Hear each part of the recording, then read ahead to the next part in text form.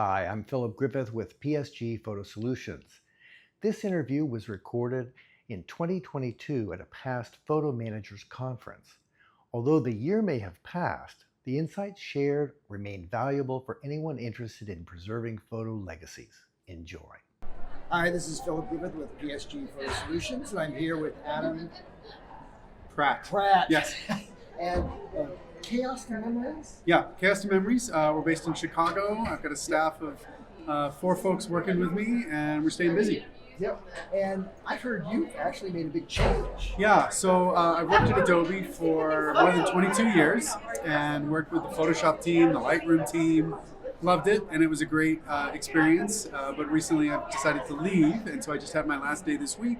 And so I will be spending all of my time on client projects. And we do a little bit of everything. So scanning, digital organizing, video conversion. Okay.